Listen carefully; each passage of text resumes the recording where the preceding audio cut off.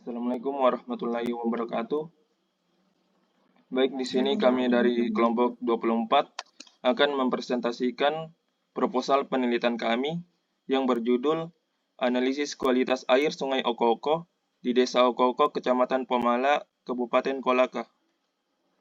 Sebelum kami mempresentasikan proposal kami, izinkan kami memperkenalkan terlebih dahulu. Saya sendiri sebagai moderator, Muhammad Syahrul Ramadan Sabri, dengan NIM E1A1230774 dan rekan saya. Perkenalkan, nama saya Musarafatul Fakri dengan NIM S1A1230020. Untuk pemaparan materi yang pertama, saya serahkan kepada rekan saya Musarafatul Fakri. Baik, pada slide selanjutnya itu merupakan latar belakang di mana seperti yang kita ketahui bahwa air merupakan sumber daya vital bagi kehidupan dan sungai memiliki peran dalam mendukung kebutuhan domestik, pertanian, industri, serta menjaga keseimbangan ekosistem. Sungai Oko-Oko itu sendiri memiliki peran penting sebagai sumber irigasi dan penunjang ekosistem di sekitarnya. Namun, aktivitas pertambangan nikel dan pembangunan industri telah menimbulkan pencemaran yang mengancam kualitas air dan fungsi sungai. Nah, kondisi ini cukup mengancam fungsi ekologis dan sosial ekonomi sungai, termasuk kesehatan masyarakat dan produktivitas pertanian di Sungai Oko-Oko tersebut. Oleh karena itu, analisis kualitas air berdasarkan parameter fisika seperti suhu, kekeruan, dan TDS, serta parameter kimia yaitu pH, DO, BOD, COD, dan logam berat, itu sangat penting untuk mengetahui tingkat pencemaran dan dampaknya. Pada slide selanjutnya, kami menarik 3 rumusan masalah dalam proposal ini. Yang pertama, bagaimana kondisi kualitas air Sungai Oko-Oko berdasarkan parameter fisika dan kimia. Kemudian yang kedua, bagaimana kualitas air Sungai Oko-Oko memenuhi standar baku mutu air menurut Peraturan Pemerintah Nomor 22 Tahun 2021. Kemudian yang ketiga, berapa sih tingkat pencemaran air sungai berdasarkan indeks pencemaran di Sungai Oko-Oko. Selanjutnya, ada tujuan penelitian di mana yang pertama untuk menganalisis kualitas air Sungai Oko-Oko berdasarkan parameter fisika dan kimia.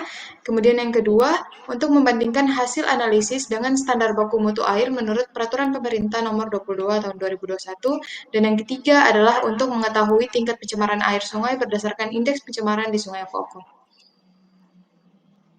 Baik, pada slide selanjutnya, itu merupakan penelitian terdahulu, di mana kami mengambil 5 penelitian terdahulu untuk mendukung keaslian proposal kami. Kemudian yang pertama, ada Sungai Patrean di Sumeneb tahun 2022 yang menemukan bahwa aktivitas domestik dan pertanian itu menyebabkan penurunan kualitas air dengan nilai DO dan COD di beberapa titik melebihi baku mutu. Kemudian yang kedua ada Sungai Palopo di Sulawesi Selatan yang dianalisis pada tahun 2022, di mana ditemukan limbah domestik yang menyebabkan air sungai berada dalam status tercemar ringan hingga sedang berdasarkan perhitungan indeks pencemaran. Kemudian yang ketiga ada Sungai Salukoya di Minahasa yang dianalisis pada tahun 2024, di mana Sungai Salukoya ini menunjukkan bahwa limbah cair domestik dan pertanian menurunkan kualitas air dan direkomendasikan strategis pengendalian melalui pendekatan teknis dan kebijakan seperti AMDAL dan Prokasih. Kemudian selanjutnya ada Sungai Ranowangko di Minahasa yang diteliti pada tahun 2025, di mana ditemukan bahwa pencemaran berasal dari aktivitas peternakan yang menyebabkan tingginya TSS dan kontaminasi mikrobiologis, serta diperlukan pengolahan limbah melalui IPAL.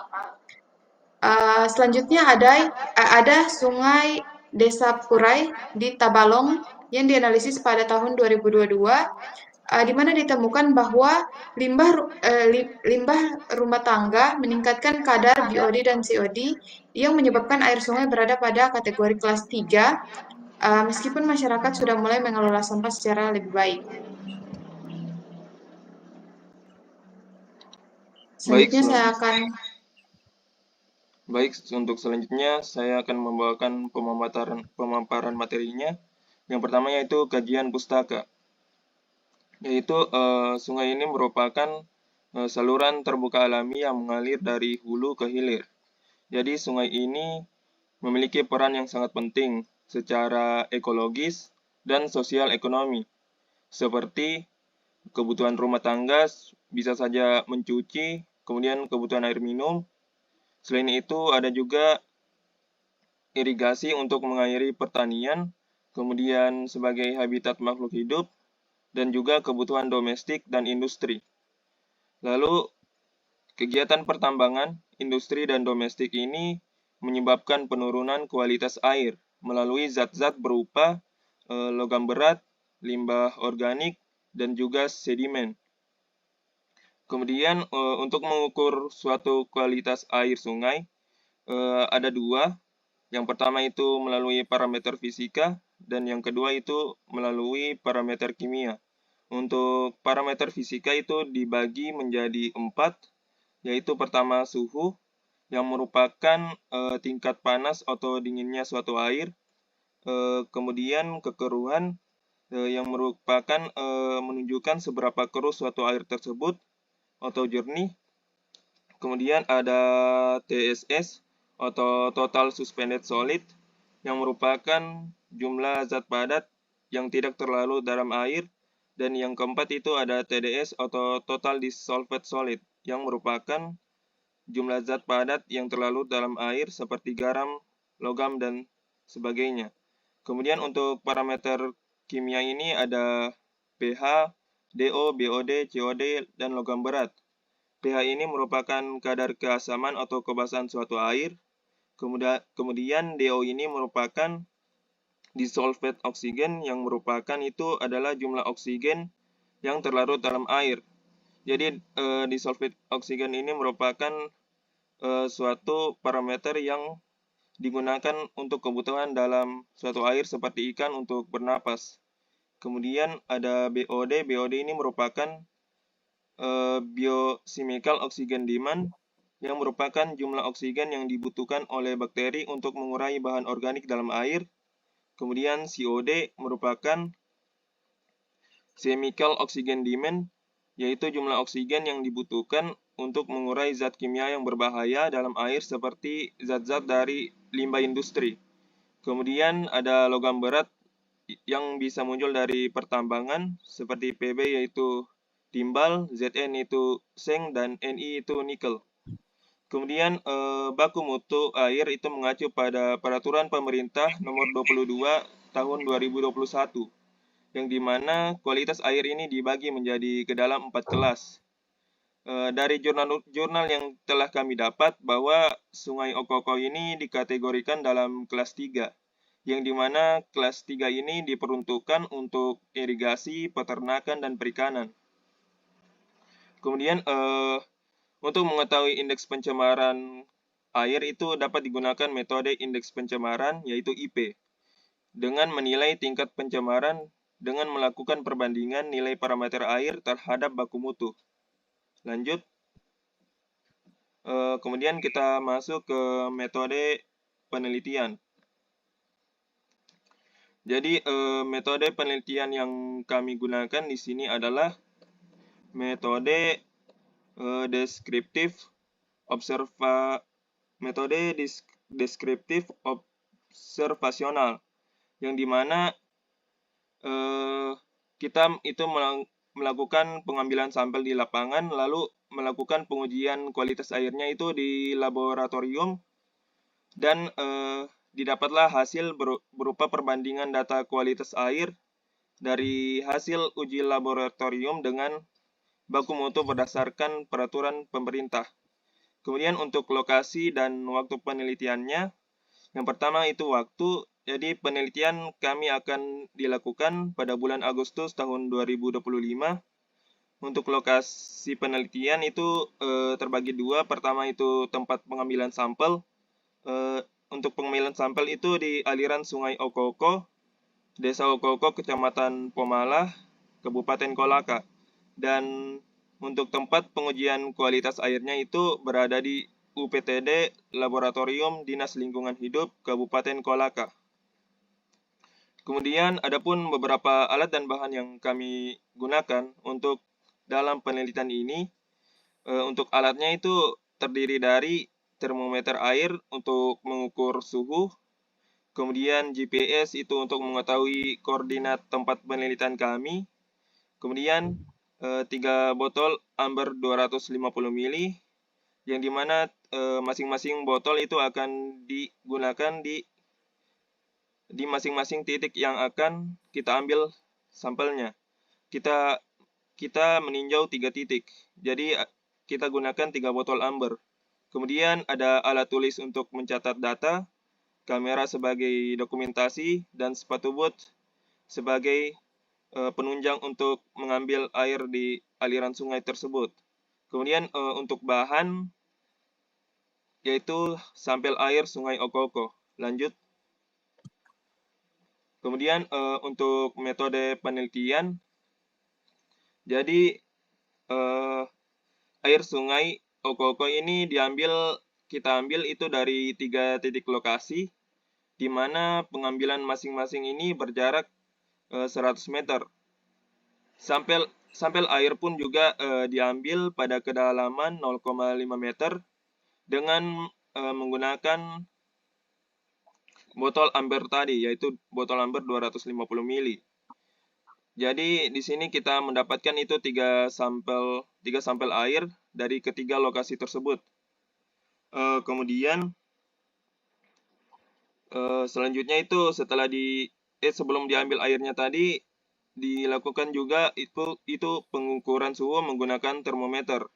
Dan kemudian setelah sampel air telah diambil, botolnya itu ditutup dan kemudian siap untuk dilakukan pengujian kualitas air di laboratorium UPTD Dinas Lingkungan Hidup Kolaka. Dan selanjutnya itu adapun parameter yang kami uji di sini. Untuk parameter fisika yang kami uji itu ada suhu, ada TDS yaitu total dissolved solid, TSS total suspended solid. Kemudian untuk parameter kimia itu ada pH, kemudian ada DO dissolved oxygen, ada BOD biochemical oxygen demand, COD chemical oxygen demand, ZN yaitu seng, PB yaitu timbal, dan Ni itu adalah nikel. Adapun sumber data kami yaitu terbagi dua, yang pertama itu data primer dan yang kedua itu data sekunder. Untuk data primer ini merupakan data yang kami kumpulkan dengan cara pemeriksaan langsung, yaitu hasil dari pengukuran kualitas air di lokasi berupa data suhu, dan kemudian hasil pengukuran di laboratorium berupa hasil pengukuran pH, DO, TDS, TSS, BOD, dan parameter sebagainya. Kemudian untuk data sekunder, ini merupakan data pelengkap dan pendukung dalam penelitian kami, yang dimana data sekunder ini terdiri dari peta lokasi penelitian yang kami dapatkan, kemudian jurnal-jurnal yang membantu kami juga dalam penelitian ini, kemudian ada e-book, ada pedoman seperti peraturan pemerintah nomor 22 tahun 2021, dan kemudian juga ada peraturan Menteri Lingkungan Hidup dan Kehutanan nomor 27 tahun 2021. Lanjut. Kemudian yang terakhir itu adalah penganalisis datanya. Jadi yang pertama yaitu bagaimana cara kita untuk menentukan kualitas air sesuai dengan tujuan tadi kami, yaitu untuk mengetahui kualitas air Sungai Okoko. Nah, cara penentuan ini yaitu dengan cara membandingkan nilai parameter kualitas air yang telah kami dapat sesuai dengan parameter fisika dan kimia tadi. Jadi setelah menguji parameter kualitas air di laboratorium, maka kita dapat seberapa besar kadar TSS-nya, TDS-nya, dan sebagainya. Nah, setelah mendapatkan nilai parameter tersebut, kita membandingkannya dengan nilai baku mutu yang ada di peraturan pemerintah nomor 22 tahun 2021 tentang penyelenggaraan, perlindungan, dan pengelolaan lingkungan hidup.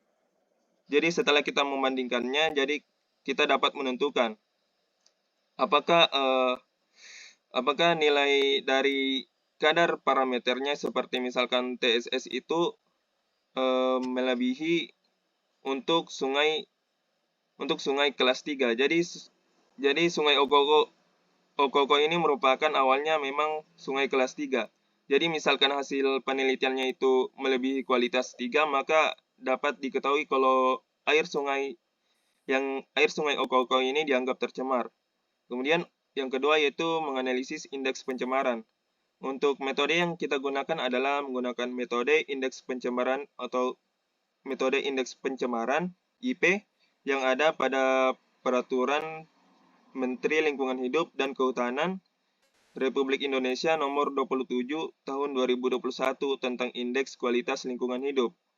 Setelah mendapatkan nilai IP ini, kemudian ada tabel di bawah sana yang dimana untuk nilai semakin rendah nilai IP-nya maka mutu airnya itu semakin baik. Sedangkan semakin besar nilai IP-nya maka dapat dianggap sungai tersebut sedang tercemar berat. Lanjut. Jadi demikianlah presentasi proposal penelitian dari kelompok 24. Mohon maaf apabila penjelasan kami kurang dimengerti. Saya tutup dengan ucapan wassalamualaikum warahmatullahi wabarakatuh. Wabarakatuh.